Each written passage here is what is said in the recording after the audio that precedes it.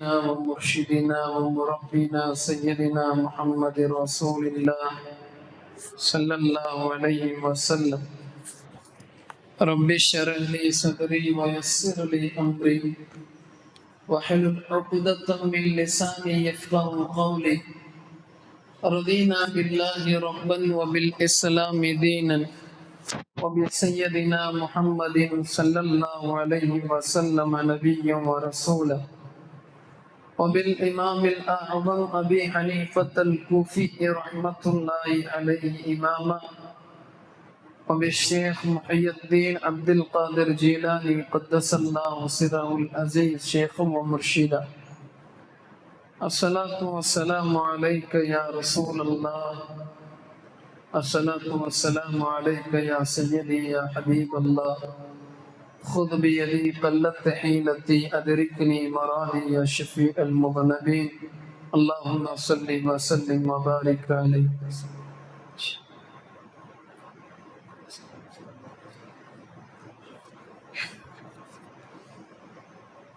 அளவற்ற அருளாளனும் நிகரற்ற அன்புடையவனுமாகிய எல்லாம் வல்ல அல்லாஹ்வின் திருநாமத்தினை கொண்டு துவங்குகிறேன். ஸலவாத்தும் ஸலாமும் அகில தூதர் அருமைநாதர் சையதுனா முஹம்மது ரசூலுல்லாஹி ஸல்லல்லாஹு அலைஹி வஸல்லம் அன்னவர்கள் மீதும், நபி அவர்களின் பரிசுத்தமான குடும்பத்தார்கள், சத்திய சஹாபா பெருமக்கள், கர்பலா ஷுஹதாக்கள், தாபிஈன்கள், தபஉ தாபிஈன்கள், அக்தாபுகள், அகியாஃப்கள், நுஜபாக்கள், வலிமார்கள், முஸ்லிம்கள், முஃமின்கள் நம் அனைவர்கள் மீதும் நின்று நிலவட்டுமாக. அருமையான இஸ்லாமிய பெருமக்களே, இஸ்லாம் தொன்று தொட்டு உலகத்திற்கு சரியான நெறிமுறைகளை, வாழ்க்கையின் வழிமுறைகளை வகுத்து அளிக்கிறது. இஸ்லாமிய நெறிப்படி உலகத்தில் வாழுபவர்கள் தங்களுடைய ஈடேற்ற பாதையினை, வெற்றியுடைய பாதையினை உலகத்திலேயும் மறுமையிலேயும் அவர்கள் பெற்றுக் கொள்வார்கள் என்பது தெளிவான குர்ஆன் ஹதீஸுடைய சான்று.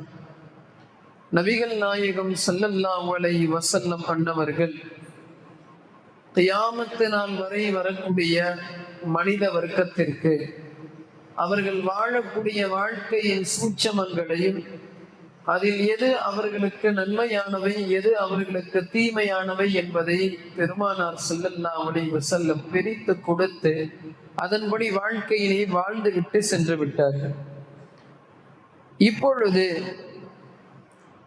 கியாமத்து நாள் வரை நபிகளாருடைய வார்த்தைகளில் இருக்கக்கூடிய வலிமைகளை முஸ்லிம் சமுதாயம் உணர வேண்டிய ஒரு கட்டாயத்தில் இருக்கிறோம்.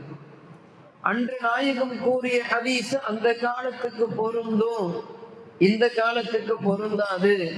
இனி வரக்கூடிய நவீன காலத்திற்கு குர்ஆன் ஹதீஸ் என்பது தோதுவாக இருக்காது என்று தூக்கி வீசுகிற அளவுக்கு மார்க்கம் மிக வலு இழந்தவையாக இல்லை. மறுமை நாள் வரை உலகத்தில் வரக்கூடிய அத்தனை பிரச்சனைகளுக்கும் பாவங்களுக்குமான முற்றுப்புள்ளியினை, அதனுடைய முதல் படி முதற்கொண்டு கடைசி படிக்கட்டுகளை வரை மார்க்கம் தெளிவாக உலகத்திலே எச்சரிக்கையாக காட்டிவிட்டது.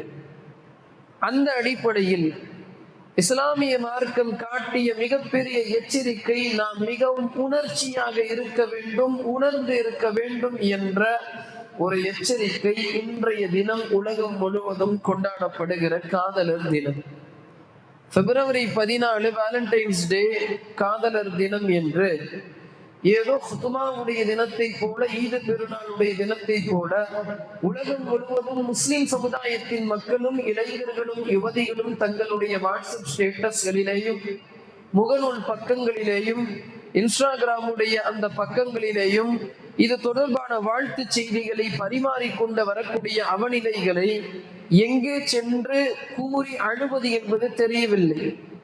மார்க்கத்தில் தெளிவான எச்சரிக்கைகள் எதை பற்றியெல்லாம் வருகின்றன என்பதை இஸ்லாமிய சமுதாயம் தெளிவாக விளங்கி கொண்டாலே முஸ்லிம் சமுதாயம் வெற்றியை நோக்கி தமது பாதைகளை நகர்த்து கொண்டு செல்லும் என்பது தெளிவான சான்று.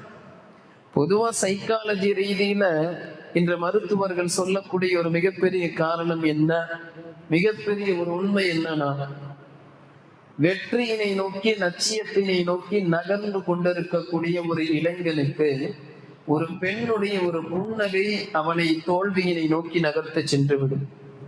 தனது வீட்டுடைய கவலைகள், வீட்டுடைய ஏழ்மைகளை நோக்கி தன்னுடைய லட்சிய பாதையினை அமர்த்தி கொண்டு அமைத்து கொண்டு நகர்த்தி கொண்டிருக்கக்கூடிய ஒரு இளைஞன் ஒரு பெண்ணுடைய வலையில் விழுந்ததற்கு பிறகு அந்த நண்பனிடம் கடன் வாங்கி, இந்த நண்பனிடம் கடன் வாங்கி, எத்தனையோ செய்தித்தாள்களில் பார்க்கலாம், தன்னுடைய தாயுடைய தாலியினை விற்று கூட தன் காதலிக்காக வேண்டி உல்லாச பயணத்தை மேற்கொண்ட நிறைய பொடுபோக்கான நிறைய அவலட்சணமான இளைஞர்களை காதல் என்ற பெயரில் மாற்றிவிட்ட அவலட்சணங்களை நாம் தெளிவாக பார்க்கலாம்.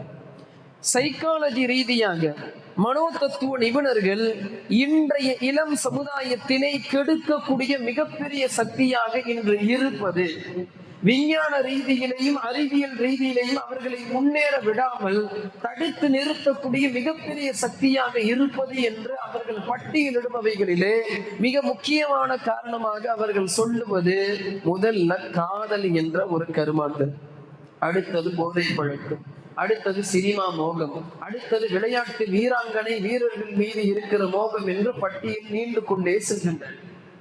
ஒரு லட்சியத்தினை நோக்கி நான் இவ்வாறு ஆகுவேன் என்று நினைக்கக்கூடிய நபர்களுடைய வாழ்க்கையிலே பெரிய மண்ணை அள்ளி போடக்கூடிய ஒரு செயல்தான் இன்று கொண்டாடுகிற காதலர் தினம் என்பது தெளிவாக நாம் புரிந்து கொள்ளணும்.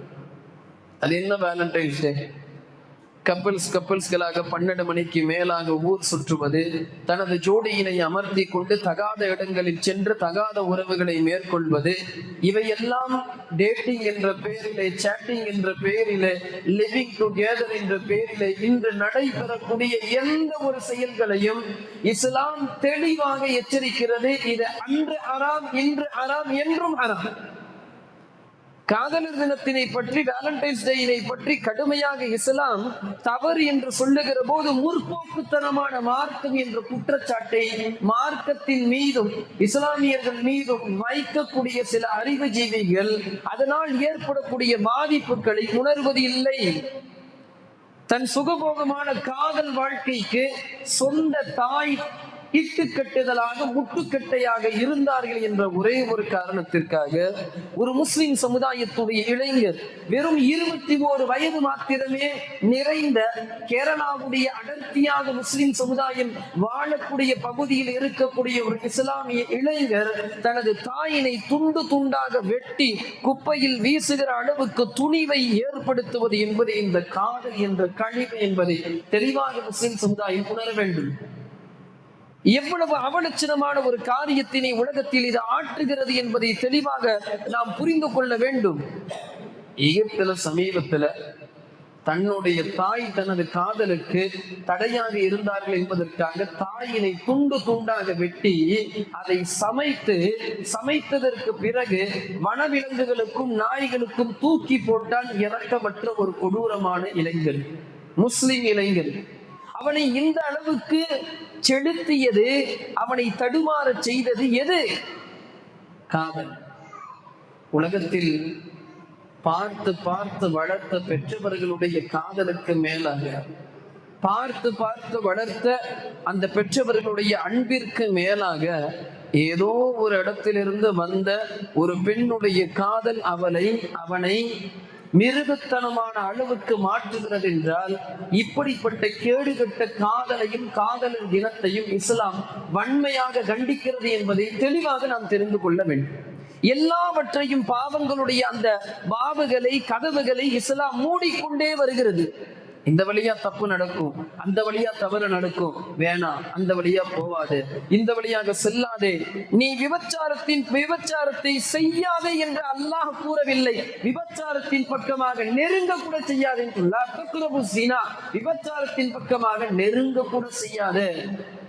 தெளிவாக மார்க்கத்துல கண்களால பார்ப்பது அல் ஐனானி ஸினாஹுமா அன்-நظர், தெளிவான பெரிய ஹதீஸிலே கண்களால் அந்நிய பெண்களை பார்ப்பது விபச்சாரம், கண்களால் பார்ப்பது விபச்சாரம், அவர்களோடு தனியாக பேசுவது விபச்சாரம், தொடுவது கையுடைய விபச்சாரம், அவனை நோக்கி செல்லுவது காலுடைய விபச்சாரம் என்று பட்டியலாக நபிகள் நாயகம் ஸல்லல்லாஹு அலைஹி வஸல்லம் அந்நிய பெண்ணோடு நாம் எவ்வாறு நடந்து கொள்ள கூடாது என்பதை தெளிவாக சொன்னதற்கு பிறகு, நான் லவ் பண்ற பொண்ண தனியா உட்கார வச்சு பைக்ல நான் சுற்றுவேன் என்று சொன்னால் உன்னை முஸ்லிம் என்று அழைப்பதற்கு பதிலாக வேறு பேரை சொல்லிக்கலாம். ஒரு பாரம்பரியத்தோட, ஒரு இஸ்லாமிய நெறிமுறையோட, சட்டங்களோட பயணிப்பவர்களுடைய பெயர் இஸ்லாம், முஸ்லிம். இதுல மாற்று கருத்து உடையவர்களை பரிபூர்ணமான முஸ்லிம் என்ற வட்டத்திற்குள் கொண்டு வர முடியாது. உலகத்திலே ஒட்டுமொத்த மூமின்களுக்கும் தாய் என்று போற்றப்படக்கூடிய நபிகள் நாயகம் ஸல்லல்லாஹு அலைஹி வஸல்லமுடைய மனைவிகளை அல்லாஹ் உம்மஹாத்துல் முஃமினீன் என்று சொல்லுகிறார். ஒட்டுமொத்த மூமின்களுக்கும் தாய், மூமின்களுக்கெல்லாம் தாய் என்று போற்ற தகுந்த அந்த பெண்களை பார்த்து அல்லாஹ் குர்ஆன்ல சொன்னா, யா நிசா அன்-நபிய்ய லஸ்துன்ன கஅஹதின் மினன் நிசா, யா நிசா அன்-நபிய்ய லஸ்துன்ன கஅஹதின் மினன் நிசா, உலகத்தில் இருக்கிற மற்ற பெண்களை போல நீங்கள் பெண்களாக இல்லை, நீங்கள் அத்தகைய பெண்களை போன்று இல்லை. இனித்தகைதுன்ன ஃபலா தக்லஅன பில் கவுல், நீங்கள் அல்லாஹ்வுக்கு அஞ்சி நடந்தால் அந்நிய ஆண்களோட பேசுவதிலே நளினம் காட்டாதீங்க. ஏதோ ஒரு நிர்பந்த சூழ்நிலையில ரசூலுல்லாஹ் இருக்காங்களான்னு கதவுக்கு பக்கத்துல சஹாபாக்கள் கேட்டா கூட மெதுவாக மென்மையான சப்தத்தோட பேசாதீர்கள் என்று அல்லாஹ் தடுத்தது இந்த மூமின்களுடைய தாய்மார்களுக்கு. கேட்பது சஹாபிகளாக இருந்தாலும், கேட்கப்படுவது ரசூலுடைய மனைவிகளாக இருந்தாலும் பேச்சிலே நளினத்தை, மென்மையினை காட்டாதீர்கள் என்று சொன்ன மார்க்கத்தை உடையவர்கள். அப்படி நீங்க காட்டாதீங்க. அப்படி காட்டினால், நீங்கள் குரலை அழகான அடிப்படையில் பேசினால், ஃபயத்தும அல்லதி ஃபீ கல்பிஹி மரதுன் வகுல்ன கௌலன் மஅரூஃபா, யாருடைய மனதில பாவம் இருக்கிறதோ, நோய் இருக்கிறதோ, அவர்களுடைய உள்ளத்திலே இச்சை வரும், தவறான மோகம் வரும் என்று நபிகள் நாயகம் ஸல்லல்லாஹு அலைஹி வஸல்லமுடைய மனைவிகளை பற்றி கூட இந்த உம்மஹாத்துல் முஃமினீன் என்று போற்றக்கூடக்கூடிய மூமின்களுடைய தாய்களுக்கு கூட வந்து நிற்பது சஹாபிகளாக இருந்தால், ரசூலுடைய ஒட்டுமொத்த வதனத்தையும் பார்த்து பார்த்து ரசித்து பெருமானாருடைய விரல் அசைவுக்கு கட்டுப்படக்கூடிய சஹாபிகளாக இருந்தாலும் வந்து நின்றா கணீர்னு பேசுன்னு ரசூலுல்லாஹ்வுடைய மனைவிகளுக்கு அல்லாஹ் உத்தரவு கொடுக்கிறார். அந்த விதத்துல கூட தவறான எண்ணங்கள் வரக்கூடாதுன்னு மார்க்கம் தடுக்கு. மீண்டும் அல்லாஹ் கூறுகிறார், قل للمؤمنين يغضوا من أبصارهم ويحفظوا فروجهم ذلك أزكى لهم. قل للمؤمنين, மூமின்கள்லாம் ஆண்களுக்கு சொல்லியிருந்த நாயகமே, யகுது மின் அபுசாரிஹிம், அவர்களுடைய பார்வைகளை தாழ்த்தி கொள்ளட்டும். அந்நிய பெண்களை பார்க்க கூடாது. வயஹ்ஃபது ஃபுரூஜஹும், அவர்களுடைய மர்மஸ்தானங்களை மறைக்கட்டும். நீ முதல்ல பார்வையை மறை, பார்வையை தாழ்த்து, உன் மர்மஸ்தானத்தை உன்னால் கட்டுப்படுத்த முடியும் என்ற சூட்சுமத்தினை அல்லாஹ் சொல்லுகிறார். பார்வை எப்பொழுது தவறாக செல்லுகிறதோ அந்த பார்வை தவறுகளின் பக்கமாக நம்மை வழிநடத்தும். ஒரு அந்நிய பெண்ணை பார்க்க வேண்டும் என்ற உள்ளம் எப்பொழுது தோன்றுகிறதோ தவறு செய்ய வேண்டும் என்ற இச்சம் உள்ளத்துல தோன்றும். பார்வைங்கிறது அம்பு, ஹதீஸ்ல நிறைய வந்திருக்கு. பார்வைங்கிறது அம்பு. அந்த பார்வை தவறுகளின் பக்கமாக, பாவங்களின் பக்கமாக நம்மை தூண்டும். அதனாலதான் மார்க்கம் அந்நிய பெண்ணை பார்க்காதேன்னு சொல்லு. நபிகள் நாயகம் ஸல்லல்லாஹு அலைஹி வஸல்லம் பேணுதலுடைய உச்சகட்டத்தில் இருந்த உலகத்தின் வழிமார்களுக்கெல்லாம் ராஜகுருவாக இருக்கிற சய்யிதுனா மௌலா அலி கர்ரமல்லாஹு வஜ்ஹு அவர்களை பார்த்து அல்லாஹ்வுடைய ரசூல் சொன்னாங்க, ஒரு தடவை பார்க்கிறதுங்கிறது உங்களுடைய பார்வை, மறு தடவை பார்ப்பது என்பது ஷைத்தானுடைய பார்வை. எனவே இரண்டாவது முறையாக அந்நிய பெண்கள் பக்கமாக பார்வையினை செலுத்த வேண்டாம் என்று உலகத்திற்கு எச்சரிக்கை கொடுக்கும் விதமாக ஒரு ஹதீஸை அலி ரலியல்லாஹு அவர்களுக்கு பெருமானார் ஸல்லல்லாஹு அலைஹி வஸல்லம் கற்றுக் கொடுக்கிறார். இன்னைக்கு என்ன செய்யறாங்க? பசங்க என் ஜோடி நான் அங்க போய் நிக்கிறேன், இங்க போய் நிக்கிறேன், காலேஜுடைய வாசல்ல போய் நிக்கிறேன், என் வீட்டு முன்னாடி போய் நிக்கிறேன், அந்த பொண்ணை பாக்குறேன், இந்த பொண்ணை பாக்குறேன், அப்படி செய்யறேன், இப்படி பாக்குறேன், இப்படி சுத்துறேன், அப்படி சுத்துறேன். இதனுடைய விளைவுகள் எவ்வளவு கேடுகட்ட விளைவுகள் என்பதை தெரியாமல் புரியாமல் காதலர் தினம் என்ற பெயரிலே கழிவுகளையும் கசடுகளையும் மேற்கொள்ளக்கூடிய இஸ்லாமிய பெருமக்கள் தெளிவாக புரிந்து கொள்ள வேண்டும். மீண்டும் அல்லாஹ் கூறுகிறான், வகுல்லில் முஃமினாத்தி யகுதுன மின் அப்சாரிஹின்ன வயஹ்ஃபதுன ஃபுரூஜஹுன்ன, மூமின்களில் பெண்களே உங்களுடைய பார்வைகளை அந்நிய ஆண்களை பார்ப்பதை விட்டும் நீங்கள் தடுத்துக் கொள்ளட்டும். வயஹ்ஃபதுன ஃபுரூஜஹுன்ன, அவர்களுடைய மர்மஸ்தானங்களை அவர்கள் பார்த்து கொள்ளட்டும், பாதுகாக்கட்டும். வலா யுபதீன ஸீனத்தஹுன்ன, பெண்களே அவர்களுடைய அலங்காரங்களை அழகுகளை வெளிப்படுத்த வேண்டாம். இன்னைக்கு பூசிட்டு நைட் நேரத்திலையும் பகல் நேரத்திலையும் வெளியில் ஃபங்க்ஷனுக்காக வேண்டி அலையக்கூடிய பெண்கள் இந்த ஆயத்தினை தெளிவாக புரிந்து கொள்ள வேண்டும்.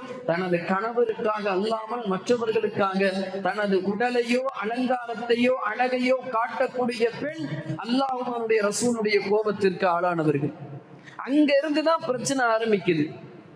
ஒரு பெண் அழகாக எப்பொழுது தோன்றுகிறாளோ அந்த பெண்ணை காதலிக்க வேண்டும் என்ற இச்சை இளைஞனுடைய உள்ளத்தில் ஏற்படுகிறது. உலகமே போற்றக்கூடிய வழிமார்களுக்கெல்லாம் ராஜ குருவான சையதுனா முஹியுத்தீன் அப்துல் காதர் ஜீலானி கத்தஸல்லாஹு சிர்ரஹுல் அஸீஸ் அவருடைய வாழ்க்கையில் அற்புதமான ஒரு வாழ்க்கை வரும். பெண்கள் இருக்கிற பகுதியில் வேறு வழி இல்லாமல் அந்த பகுதியினை கடந்து விட்டு செல்ல வேண்டும் என்ற இக்கட்டான சூழ்நிலை வருகின்ற போது தன்னுடைய முகத்தை முக்காடியிட்டு மறைத்து கொண்டு வலிகள் கோமான் கௌசுல் அஸம் கத்தஸல்லாஹு சிர்ரஹுல் அஸீஸ் முகத்தை முழுவதுமாக மூடிக்கொண்டு குனிந்து கொண்டு அந்த பாதையினை கடப்பார்கள் என்பது அவருடைய வரலாற்று குறிப்பில் இருக்கு. இவ்வளவு பேணுதலான வாழ்க்கையை வாழ்ந்தவர்கள் வழிமார்கள். இன்று சர்வசாதாரணமாக அந்நிய பெண்களோட பேசுவது, பழகுவது, அவர்களோட தனிமையில் இருப்பது, இவையெல்லாம் மார்க்கம் தடுக்க தெளிவான ஹராம். நபிகள் நாயகம் ஸல்லல்லாஹு அலைஹி வஸல்லம் சொன்ன ஹதீஸ் இப்னு அப்பாஸ் ரலியல்லாஹு அன்ஹு அறிவிக்கிறாங்க. புகாரில 3006 பதிவாயிருக்கு. லா யக்லுவன்ன ரஜுலும் பிஇம்ரஅத்தின், ஒரு பெண்ணோடு ஒரு ஆண் தனியாக இருக்கவே கூடாது.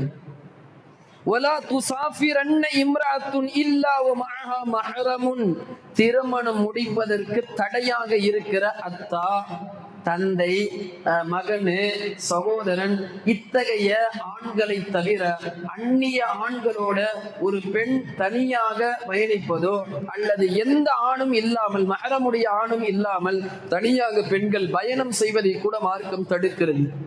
இன்னைக்கு தனியாக பெண்கள் வெளியில சுத்துவது, தடுக்கிறது, வெளியில அங்க போய் சுத்துறது, இங்க போய் சுத்துறது, இதெல்லாம் வேறு மாதிரியான தவறுகளின் பக்கமாக இஸ்லாமிய பெண்களை வழி நடத்துகிறது. கடைசியில இஸ்லாத்தை விட்டும் இஸ்லாமிய மார்க்கத்தை விட்டும் மாற்றார்களோட எத்தனையோ முஸ்லிம் சமுதாய பெண்கள் ஓடி செல்லக்கூடிய அவல நிலையினை நாம் தெளிவாக பார்க்கலாம். இந்த தேசத்தில் ஒரு பெரிய பிரிவு இருக்கிறது. முஸ்லிம் சமுதாயத்துடைய பெண்களை மயக்கி அவர்களை வேறு விதமாக செலுத்தி அவர்களுடைய கருப்புகளையும் அவருடைய வாழ்வாதாரத்தையும் அவருடைய அழகுகளையும் பறித்துவிட்டு நடு வீதியில் அவர்களை சுற்றவிடக்கூடிய ஒரு பெரிய படைகளும் பெரிய பிரிவுகளும் இருக்கிறது.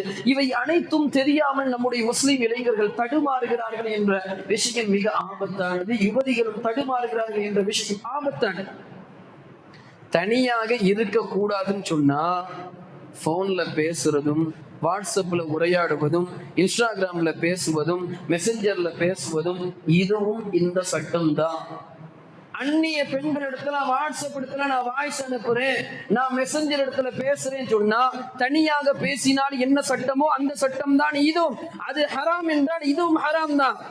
ஒரு பெண்ணுடைய அந்த பெண்ணுக்காக வேண்டி கபில் தூ நிக்காஹா, நான் இந்த பெண்ணை நான் பரிபூர்ணமாக ஏற்றுக்கொள்கிறேன் என்று சொல்லி எப்பொழுது அந்த வார்த்தையினை சொல்லுகிறானோ அதுவரை அந்த பெண்ணு அந்நிய பெண் தான். அந்த அந்நிய பெண்ணிடத்துல பேசக்கூடாது, பழகக்கூடாது. வாட்ஸ்அப்லயும் சரி, மெசஞ்சர்லயும் சரி, முகநூல்லையும் சரி பேசுவதை ஹராம் என்று அழைத்து கொண்டு ஊர் சுற்றுகிறார்களே. போருக்கு நான் என் பெண்ணை, என்னுடைய மனைவியை விட்டுவிட்டு நான் தனியாக செல்லுகிறேன், சில தேவையினை அவள் தனியாக நிறைவேற்ற முடியாது என்று கேட்டு நின்ற சாபியினை பார்த்து, நீ போருக்கு வர வேண்டாம், உன் மனைவிக்கு போய் ஹிதுமத் செய்கின்ற அனுப்பி வைத்தது நாயகம் ஸல்லல்லாஹு அலைஹி வஸல்லம். போர்க்களத்துக்கு கூட அனுப்பாமல் தனது வீட்டு பெண்ணுடைய தனிமையிற்காக வேண்டி ரசூலுல்லாஹ் அனுப்பி வைத்த அந்த சம்பவங்களை எல்லாம் பார்க்கிற போது ஒட்டுமொத்த பாவ கதவுகளையும் நபிகள் நாயகம் ஸல்லல்லாஹு அலைஹி வஸல்லம் தடுக்கிறார். திருமீதியில முஸ்னத் அஹ்மதுல ஒரு ஹதீஸ் வந்திருக்கு. ஒரு அந்நிய ஆணும் ஒரு பெண்ணும் அந்நிய பெண்ணும் தனிமையில் இருந்தால் மூன்றாவதாக ஷைத்தானங்கள் நுழைஞ்சிருவாங்க. நான் ரொம்ப பேணுதலா இருக்கேன், நான் ரொம்ப கண்ட்ரோலா இருக்கேன், எனக்கெல்லாம் செல்ஃப் கண்ட்ரோல் இருக்கு, என்னால அப்படி செய்ய முடியாது, என் பைக்ல நான் கொண்டு போய் விட்டாலும் சரி, அல்லது அவங்களோட நான் டியூஷனை நான் படிச்சாலும் சரி, அல்லது செல்ஃப் ஸ்டடி நான் படிச்சாலும் நாங்க ரொம்ப அப்படி. சையதுனா யூசுப் அலைஹிஸ்ஸலாமே தப்பிக்கவில்லையே. குர்ஆன் சொல்லுகிறதிலே வலவுலா அர்ரா புர்ஹான ரப்பி, அல்லாஹ்வுடைய அத்தாட்சி அவர்களுக்கு காட்டவில்லை என்றால் அவர்களே தடுமாறி இருப்பார்கள் என்ற அந்த மிகப்பெரிய உண்மையினை அல்லாஹ் கூறுகிறார். நபிமார்களை அல்லாஹ் பாதுகாப்பார். அவர்கள் பாவம் இல்லாதவர்கள், பாவமற்ற புனிதர்கள். நம்முடைய நிலைமை என்ன? எனவே மார்க்கம் தடுக்கிறது என்றால் தடுக்கிறது தான். சையதுனா ஜுனைதுல் புக்தாதி, உலகமே போற்றக்கூடிய சையது தாயிஃபா, சூஃபிகளின் அனைத்துடைய சூஃபிமார்களினுடைய தலைவர் ஜுனைதுல் பக்தாதி ரலியல்லாஹு வந்து கேட்கிறாங்க, மார்க்க கல்வியினை திரை இல்லாமல் ஒரு ஆண் ஒரு பெண்ணை நடத்தலாமா கேட்கிறாங்க கேள்வி. ஜுனைதுல் பக்தாதி ரலியல்லாஹு சொன்னாங்க, உலகமே போற்றக்கூடிய வலிமார்கள்ல மிக முக்கியமானவங்க முஹையத்தீன் அப்துல் காதிர் ஜீலானி ரலியல்லாஹு. அதற்கு அடுத்த தர்ஜாவில் இருக்கிறது அபூ யஸீத் அல் பிஸ்தாமி. ஒட்டுமொத்த ஆன்மீக உலகமும் ஏற்றுக்கொள்ளக்கூடிய மிகப்பெரிய வலியுல்லாஹ். அதே போல பெண்களில் தலை சிறந்த இறைநேசம் அந்த செல்விக்கு பேரு ராபியத்துல் பஸரிய்யா ரலியல்லாஹு. ஜுனைதுல் பக்தாதி ரலியல்லாஹு சொன்னாங்க, திரை இல்லாம எந்த விதமான மறைப்பும் இல்லாம நடத்துவது அபூ யஸீதுல் பிஸ்தாமியாக இருக்கட்டும், பாடத்தை கற்றுக்கொள்வது ராபியா பஸரியாவாக இருக்கட்டும், சொல்லி கொடுக்கக்கூடியது குர்ஆனாக இருக்கட்டும், இருக்கிற இடம் காபத்துல்லாவாக இருக்கட்டும், அப்படி இருந்தாலும் ஹராம செய்யக்கூடாது. தெளிவாக மார்க்கம் இந்த அளவுக்கு தடுப்பதன் பின்னணி என்ன? அதன் மூலமாக இச்சை ஏற்பட்டு தவறுகளில் சென்று விழுவோம், காதல் என்ற பெயரிலே காமத்தின் பக்கமாக செல்லுவோம் என்பதை தெளிவாக மார்க்கம் சொல்லுது. நான் என்ன சொல்றேன், ஒரு வாட்ஸ்அப்ல ஒரு சின்ன ஒரு மெசேஜை பார்த்தேன் இன்னைக்கு. கருவில் கண்டவளை நீ நேசி, கருவில் கொண்டவளை நீ நேசி, தெருவில் கண்டவளை நேசிக்காதே. என்னங்க காதல், என்ன அஃபெக்ஷன், என்ன லவ்? நீங்க 10 மாதம் உங்களை சுமந்து கொண்டு ஒவ்வொரு நாளும் உங்களை வயிற்றில் சுமந்து கொண்டு இந்த பக்கமாக படுக்க முடியாமல் அந்த பக்கமாக படுக்க முடியாமல் ஒரு கழித்து படித்து தனது விழா எலும்பினை முற்றிலுமாக வேதனையில் ஆழ்த்தினாலே அந்த பெண் உங்களை நேசிப்பது தாங்க உண்மையான காதல். நீங்கள் பிறந்ததற்கு பிறகு முதலாக உங்களை கையில் எடுத்தவுடன் அந்த பெண்ணுடைய கண்களில் இருந்து வழிந்து ஓடக்கூடிய கண்ணீரில் இருக்கிறது உண்மையான காதல். முதல்ல 10 மாசம் கழிச்சு வந்து குழந்தையாக பெற்றெடுத்த உடனே அந்த தந்தை அந்த குழந்தையினை வாரி அணைக்கிற போது தன் வாரிசினை பார்த்து புன்முறுவலோடு ஒரு கண்ணீரோடு வாரி அணைத்து முத்தமிடுகிறார்களே, அதில் ஆயிரக்கணக்கான பெண்களுடைய காதல் உடைந்து தூள் தூளாக ஆகிவிடுகிறது. பெண்களுடைய பெற்றோர்களுடைய அனைத்து விதமான வயிற்றெரிச்சலுக்கு ஆளாகி, அவர்களுடைய பதுவாக்களுக்கு ஆளாகி, அவர்களுடைய சாபங்களுக்கு ஆளாகி, எல்லாவற்றையும் மீறி விட்டு நீங்க காதல் திருமணத்தை பண்ணா நல்லா இருக்க முடியுமா? நபிகள் நாயகம் ஸல்லல்லாஹு அலைஹி வஸல்லம் எந்த அளவுக்கு பெற்றோர்களுடைய முஹப்பத்தினை பற்றி, பெற்றோர்களுடைய அந்த துஆக்களை பற்றி எந்த அளவுக்கு சொல்லியிருக்காங்க. இன்னைக்கு காதல்ங்கிற பேர்ல இஸ்லாமிய இளைஞர்களும் யுவதிகளும் யாருமே வேணாலும் தூக்கி வீசிட்டு போகும்போது ஒரு ஜெனரேஷன் கேப் ஆகி அதன் மூலமாக குடும்பமே சின்ன பின்னமாக உடைகிறது. எனவே மார்க்கத்திலே நான் அந்த பெண்ணை நேசிக்கிறேன், இந்த பெண்ணை நேசிக்கிறேன், நான் டேட்டிங் பண்றேன், சேட்டிங் பண்றேன், நான் லிவிங் டுகெதர் இருக்கிறேன், நான் வேலண்டைன்ஸ் உடைய டேயை கொண்டாடுறேன், இது எல்லாம் ஹராம், தெளிவான ஹராம். ஒரு பெண்ணை நேசிப்பது தவறு இல்லை, மார்க்கம் சொன்ன அடிப்படையில நேசிக்கலாம்.